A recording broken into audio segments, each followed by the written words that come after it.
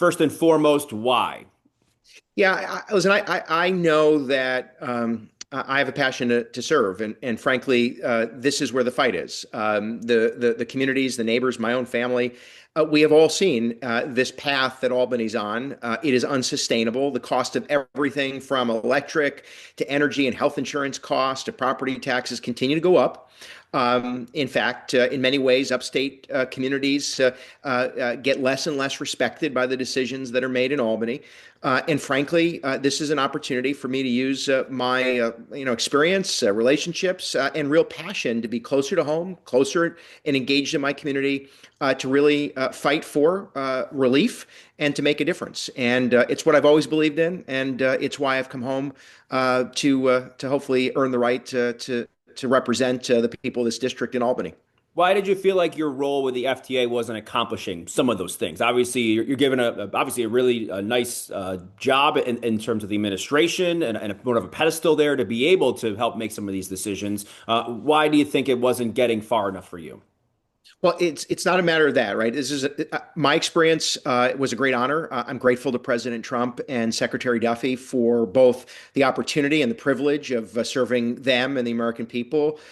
Great experience over the last year. Drove down cost at the U.S. Department of Transportation, moved massive infrastructure projects all across the country, and held public transportation agencies around America accountable for safety, efficiency, and made sure projects moved on time and on budget.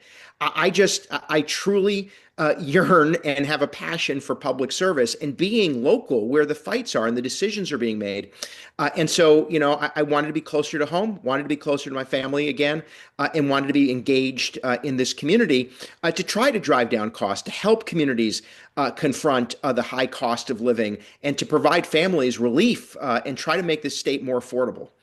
How long have you been thinking about this? Has it been since, of course, the race a couple years ago, or was it more Yeah. recent? It's not really the way it works, right? I mean, listen, I think as somebody who's committed to public service, there are opportunities that you consider when and where you're needed. And my neighbors and the communities that I live in and the communities around this district, this is an opportunity. I think that I've got something to offer to help really give voice to families and farmers and small businesses that are paying too much for too little in return. And I want to serve at a level where we can be on the ground, roll up our sleeves, and help make a difference. I will ask one more time. Was there something that triggered it? Was there something that you saw or heard or what have you? The current path that New York is on is unsustainable, and I wanted to be closer to home, re-engaged with my family, and a partner in the communities that I hope to serve.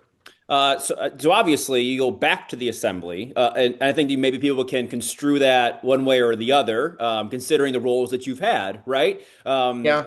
How do you respond to that? Listen, there are a lot of people who think public service is a ladder. You move up and away from the people you represent, and then suddenly you cash out. It's just not the way I look at public service. I think that it's an awesome responsibility. I want to be closer to home.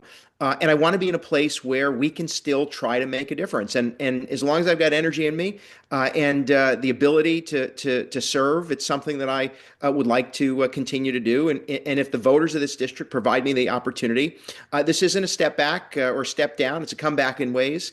But really, it's an effort to try to provide relief and support and partnership to the communities of upstate New York. I guess I'll prompt you with your opponents potentially here that on the other side of the aisle, releasing that statement when some of this came out, of course, saying that you need someone not looking for a political landing spot after being rejected by these very voters. How would you respond to that? Well, the residents and voters of the 102nd Assembly District supported me with over 60% of the vote, and so I feel pretty confident that this is an opportunity to serve. I don't discredit them. This is not a landing spot for me either. This is something I care passionately about. I was once an 18-year-old village trustee and a 19-year-old mayor. That hasn't left me.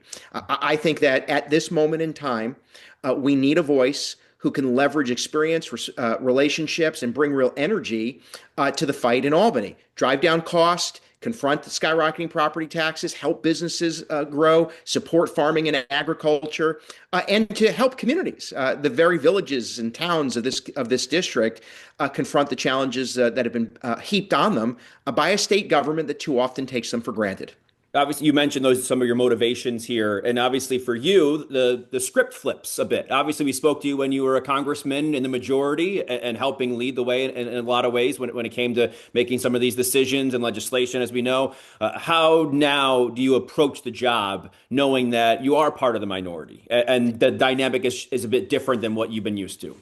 Well, I've served in the minority before and been very successful. When I was in the state assembly all those years ago, co-sponsored the property tax cap and the largest personal income tax reduction for middle-class families. Yes, I served in the majority of the House, but the Democrats controlled the Senate and we had a Democratic president. And even under those circumstances was the seventh most effective member of the House and Senate, moving more pieces of legislation than anyone else. And I've had a track record of getting Republicans and Democrats to work together. And the way you do that, by the way, is twofold. One, it's incremental change in some cases, right? Willingness to work with anyone who's honest and earnest about solving problems.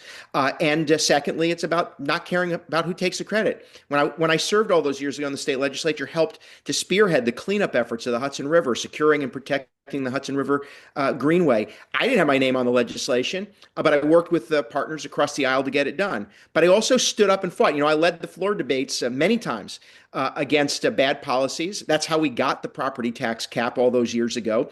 And so for me, it's about bringing together people who, Republican, Democrat, anyone who's like-minded, who knows the current course that we're on is unsustainable. Cost of living is too high, and that this state is chasing too many New Yorkers out of New York. And if we want to solve those problems, we've got to put aside differences and focus on solutions. And that's what I've done my entire adult life: solve problems on behalf of the people I serve. What's different about you since the last time you were in the assembly as you try to run for this seat? Well, I'm a little bit grayer. Listen, I've learned a lot. And this is what I tell people, right? And it's why it's hard for some to understand. I've amassed life experience and relationships that I think can be of value to my neighbors and to this district and to Albany. And I pledge to commit myself in real, honest service. It's what I believe in. And I want to bring those experiences, those relationships, and the capacity to solve problems to a place that, you know, too often makes problems. And I'll work with anybody who's willing to honestly and earnestly solve the problems that face the people that I hope to represent. So what's next for you now? What happens here? What's the next step? Earn it. Hey, got to earn it. So I'm very grateful. The Republican committees in the counties of this district have endorsed my candidacy. We're going to be out on the streets getting signatures to get on the ballot.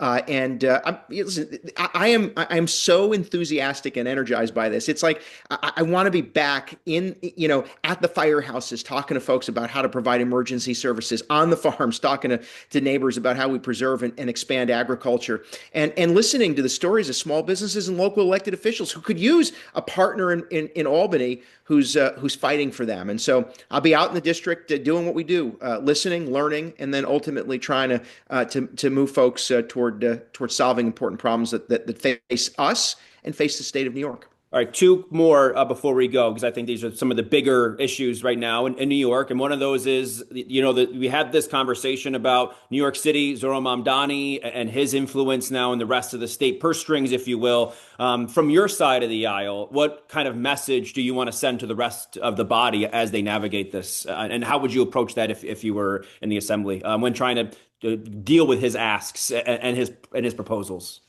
When I first became county executive, I faced a 10% budget gap.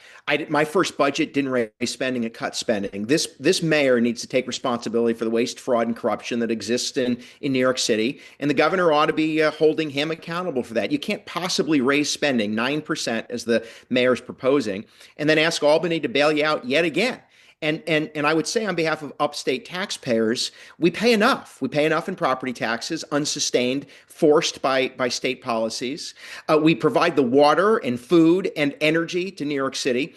This is a relationship that, frankly, too often downstate elected officials take advantage and disrespect upstate voters and communities, and that just can't be. And the mayor needs to take responsibility for a city that just spends far beyond its means. Now, he thinks perhaps he can hold the governor hostage, and the governor seems willing to be extorted. It's not acceptable, and frankly, it's not sustainable.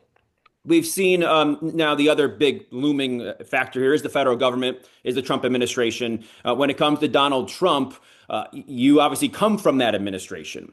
How are Yeah. you navigating the favorability for him nationwide and even in some parts of New York? I know this district is different, as we know, but how do you navigate address where you are with the president and how people feel about him and his policies right now in terms of your approach?